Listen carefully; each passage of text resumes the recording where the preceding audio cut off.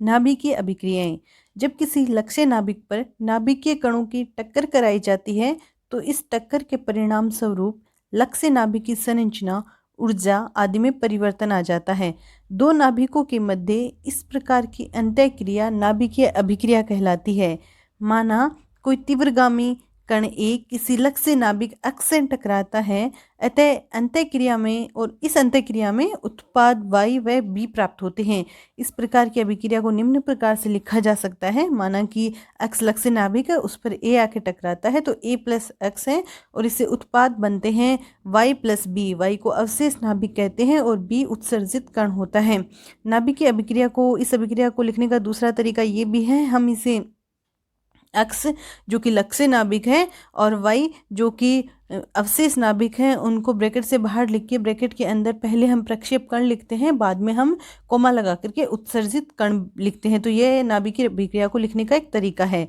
अब देखते हैं अभिक्रियाओं के प्रकार। नाभिकीय अभिक्रियाएं मुख्यतः दो प्रकार की होती हैं। पहली है नाभिकीय अभिक्रिया की क्रियाविधि पर आधारित और एक दूसरी है प्रक्षेप कण के द्रव्यमान पर आधारित। पहले हम देखेंगे अभिक्रिया की क्रियाविधि पर आधारित। अभिक्रिया की क्रियाविधि पर आधारित अभिक्रियाओं में पहली है प्रकीर्णन अभिक्रिया। वे अभिक्रियाएं जिनमें आपतित व उत्सर्जित कण समान हो तथा लक्ष्य एवं अवशेष नाभिक भी समान हो, अभिक्रिया प्रकीर्णन अभिक्रिया कहलाती है। प्रकीर्णन अभिक्रिया में आपतित और उत्सर्जित कण भी समान होंगे और जो लक्ष्य व अवशेष नाभिक जो आते हैं वो भी क्या होंगे, एक जैसे होंगे, मतलब प्रकीर्णन हुआ है। प्रकीर्णन अभिक्रियाएं दो तरह की हो सकती हैं। पहली है प्रत्यास्थ, दूसरी अप्रत्यास्थ। प्रत्यास्थ प्रकीर्णन अभिक्रिया, इस अभिक्रिया में अभिक्रिया के दौरान गतिज ऊर्जा व संवेग संरक्षित रहता है। इसमें गतिज ऊर्जा और संवेग दोनों संरक्षित रहेंगे। जबकि अप्रत्यास्थ प्रकीर्णन अभिक्रिया ऐसी प्रकीर्णन अभिक्रिया है जिनमें अभिक्रिया के दौरान संवेग संरक्षित रहता है परंतु गतिज ऊर्जा संरक्षित नहीं रहती है।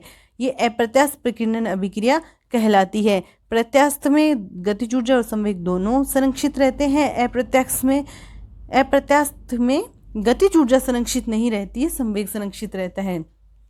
विकिरण प्रग्रहण, ऐसी नाभिकीय अभिक्रियाओं में लक्ष्य नाभिक आपतित प्रक्षेप कण का अभिग्रहण कर लेता है, मतलब उसे ग्रहण कर लेता है, मतलब वो उसे ले लेता है एवं उच्च ऊर्जा अवस्था वाले नाभिक का निर्माण करता है जो फोटोन को गामा से जिसे प्रदर्शित करते हैं, फोटोन का उत्सर्जन कर अपनी मूल अवस्था में आ जाता है। जैसे हीलियम नाभिक है, वो कार्बन 12 से टकराता है, मतलब उस पर आपतित होता है, तो ये कार्बन इसे ग्रहण करके बनाता है ऑक्सीजन, और ये ऑक्सीजन उच्च ऊर्जा वाला होता है 8O16। फिर ये क्या करता है, अपनी उच्च ऊर्जा की अवस्था से ऊर्जा रिलीज करके निम्न अवस्था में आ जाता है, अपनी मूल अवस्था में आ जाता है, 8O16 में आ जाता है, उत्तेजित नहीं रहता है और उत्तेजन की जो ऊर्जा थी वो गामा फोटोन के रूप में उत्सर्जित करता है। अब ये विकिरण प्रग्रहण विधि थी। दूसरी है यौगिक नाभिक अभिक्रिया। इन अभिक्रियाओं में लक्ष्य नाभिक आपतित प्रक्षेप कण को अवशोषित कर एक यौगिक नाभिक का निर्माण करता है। यह यौगिक 10⁻14 से 10⁻15 सेकंड तक अस्तित्व में रहता है, फिर एक या एक से अधिक कणों को उत्सर्जित करता है। जैसे एग्जाम्पल के लिए ले लो, हीलियम है, वो एल्यूमिनियम 27 से यौगिक नाभिक की अभिक्रिया करता है तो बनाता है 15 फास्फोरस 31, और ये फिर 15 फास्फोरस 30 में न्यूट्रॉन को उत्सर्जित करके 0N1 को उत्सर्जित करके 15P13 में कन्वर्ट हो जाता है। अब है फोटो विखंडन अभिक्रिया। फोटो विखंडन अभिक्रिया में लक्ष्य नाभिक उच्च ऊर्जा के गामा फोटोनों को अवशोषण करते हैं तथा एक से अधिक कणों का उत्सर्जन करते हैं, तो इसमें फोटो विखंडन अभिक्रिया हो गई, फोटोन के कारण विखंडन हुआ है।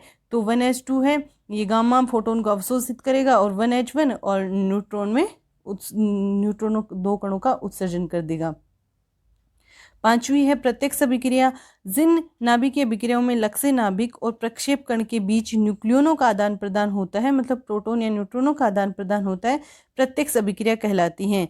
इन अभिक्रियाओं को अंतरण अभिक्रियाएं भी कहते हैं। यह अभिक्रियाएं दो प्रकार की होती हैं। अंश ग्रहण अभिक्रिया, ऐसी प्रत्यक्ष अभिक्रिया जिनमें तीव्रगामी प्रक्षेप कण लक्ष्य नाभिक से अंतःक्रिया के दौरान स्वयं के एक या एक से अधिक न्यूक्लियन लक्ष्य नाभिक को दे देता है, अंशहरण अभिक्रिया कहलाती है। यहाँ पर ये 1H2 है, यह कॉपर को एक अपना न्यूट्रॉन दे देता है तो ये 1H1 हो जाता है और कॉपर 64 हो जाएगा। अंशहरण अभिक्रिया में क्या होता है, यह लक्ष्य नाभिक क्या करता है, अंश ग्रहण में तो इसने ग्रहण किया है, अंश हरण में ये इसको एक दे देता है। अब है भारी आयन अभिक्रिया, वह नाभिकीय अभिक्रिया जिसमें तीव्रगामी प्रक्षेप कण एक भारी आयन देता है, भारी आयन अभिक्रिया कहलाती है। यहाँ पे देखिए 82 Pb 207 और 47 Ag 107 है। इसमें क्या है, 47 Ag 106 हो गया है और 82 Pb 208 हो गया है। इसमें Ag ने एक न्यूक्लियन किसको दे दिया है, Pb को।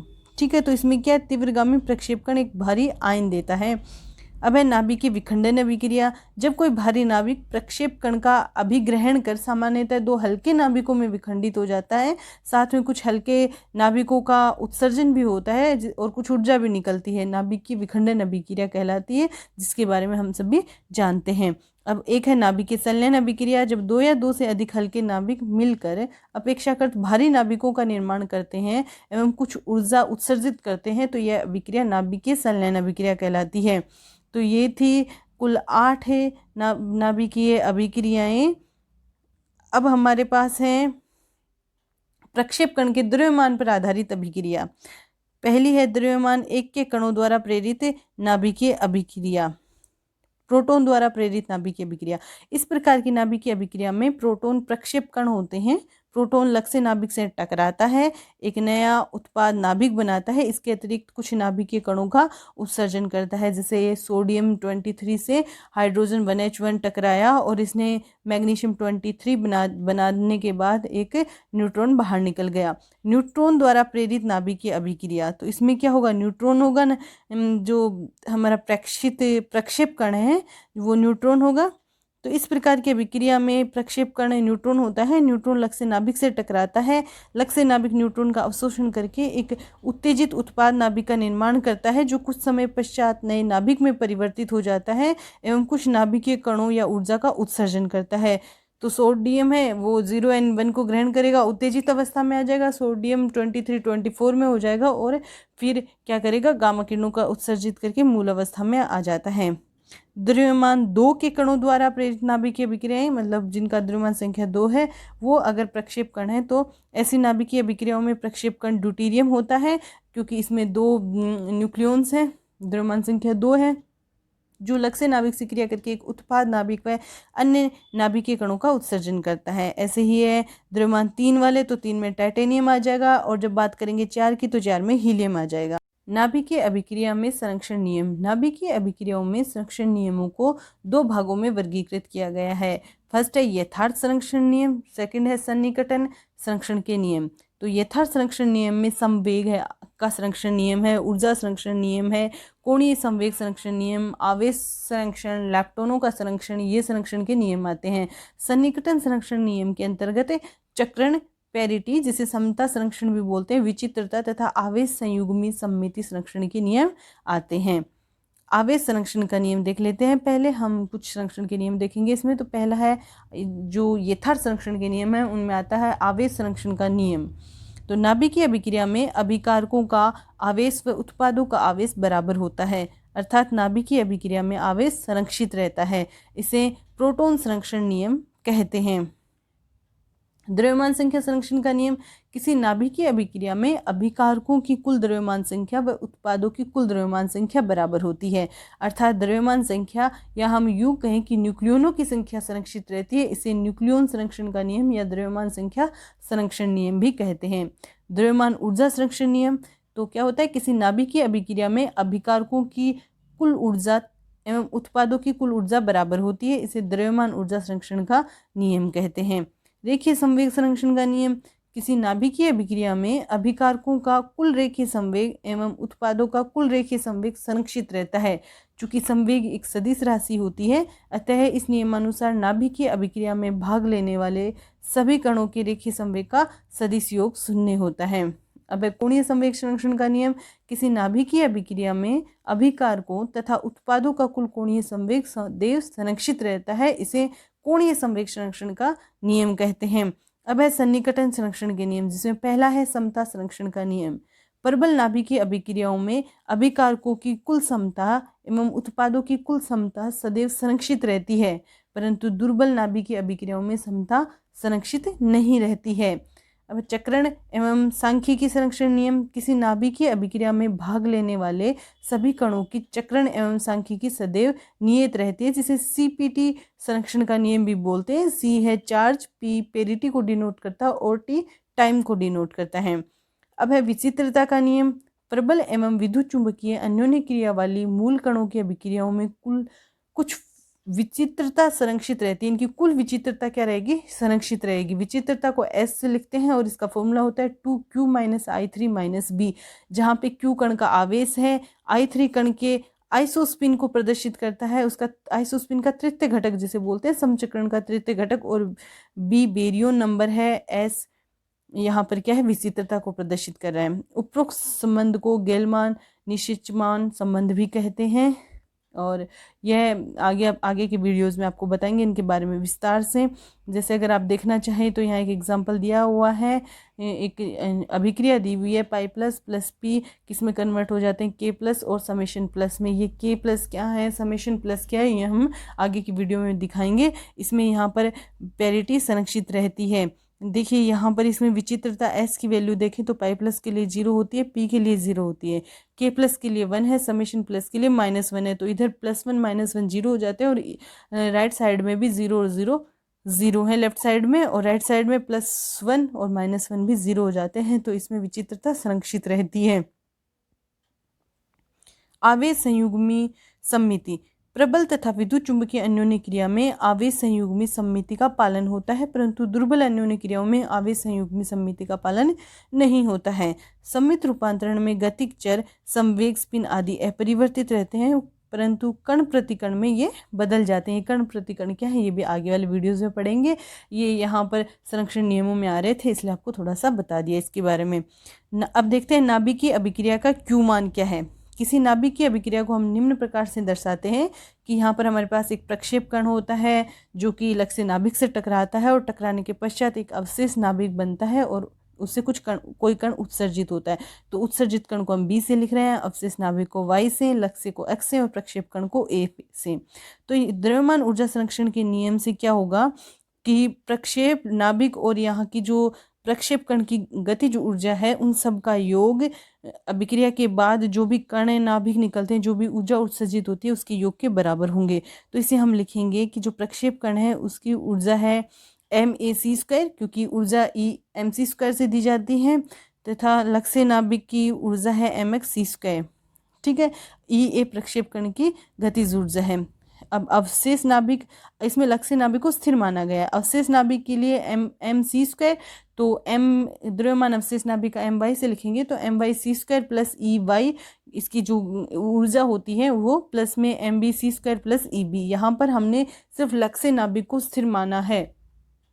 किसी नाभिकीय अभिक्रिया के अंतर्गत अभिकारकों की विराम द्रव्यमान ऊर्जा तथा उत्पादों की विराम द्रव्यमान ऊर्जा का अंतर नाभिकीय अभिक्रिया का Q मान कहलाता है। मतलब जो नाभिकीय अभिक्रिया Q मान क्या होगा, जो हमने अभिकारक लिए हैं उनकी ऊर्जा और उत्पाद की जो विराम ऊर्जा है उनका अंतर। तो Q होगा M initial - M final c²। M initial में MA और MX थे, और अभी उत्पाद में Y और B थे, तो उनके द्रव्यमान M/MB × c²।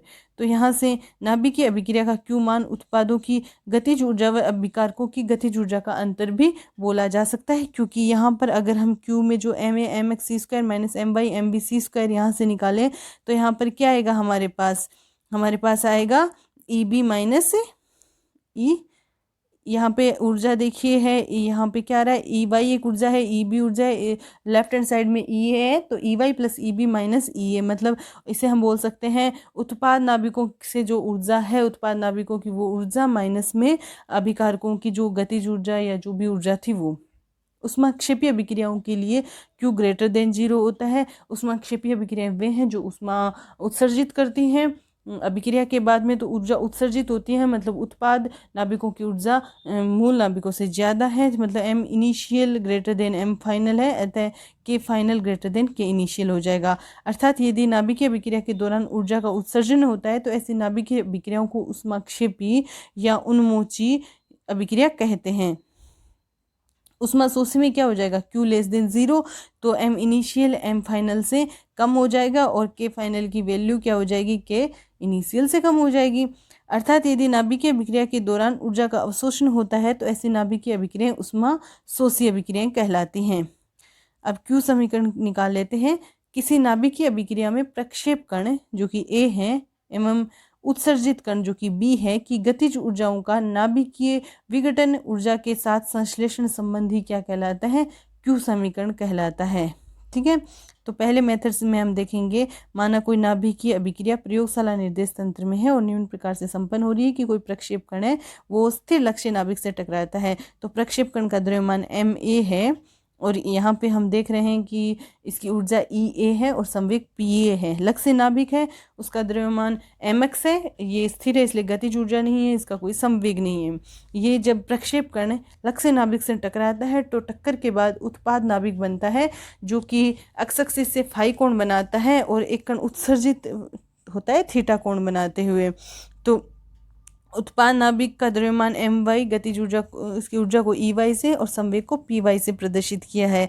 वैसे ही उत्सर्जित कण जो उत्सर्जित हुआ है उसके उसका द्रव्यमान mb से, ऊर्जा Eb से और संवेग Pb से दिखाया है। यहाँ पर हम Pa लिख सकते हैं, संवेग होता है √2me गतिज ऊर्जा, तो यहाँ पर सबके लिए हम संवेग लिख सकते हैं। अब चित्र की ज्यामिति से अगर हम एक्स एक्सिस के डायरेक्शन में संवेग देखें तो प्रक्षेप कण का संवेग हो जाएगा Pa, लक्ष्य नाभिक की वजह से 0 हो जाएगा और उत्पाद नाभिक है इसका संवेग Py है, तो Py का एक्स एक्सिस दिशा में घटक हो जाएगा Py कोस फाई और उत्सर्जित कण का हो जाएगा Pb कोस थीटा। तो हमारे पास हो जाएगा Pa equals to Py cos phi plus Pb cos theta. यहाँ पर इन सब की हम क्या कर देंगे, वैल्यू पुट कर देंगे। वैल्यू पुट करके हम Py cos phi is equals to रख देंगे Pa minus Py cos theta और यहाँ पे इनकी वैल्यू रख दी है। आप वैल्यू नहीं रखें तो इसको सीधा भी सोल्व कर सकते हैं। ऐसे हम y दिशा में भी इसके रेखीय संवेग संरक्षण का नियम देख लेंगे। तो y दिशा में प्रक्षेप कण की वजह से 0 है, लक्ष्य नाभिक तो संवेग ही 0 है, उत्पाद नाभिक और उत्सर्जित कण का y एक्सिस दिशा में घटक ले लेंगे जो दोनों एक दूसरे के विपरीत है, Py साइन फाई और Pb साइन थीटा। तो Py साइन फाई किसके इक्वल हो जाएगा, Pb साइन थीटा के।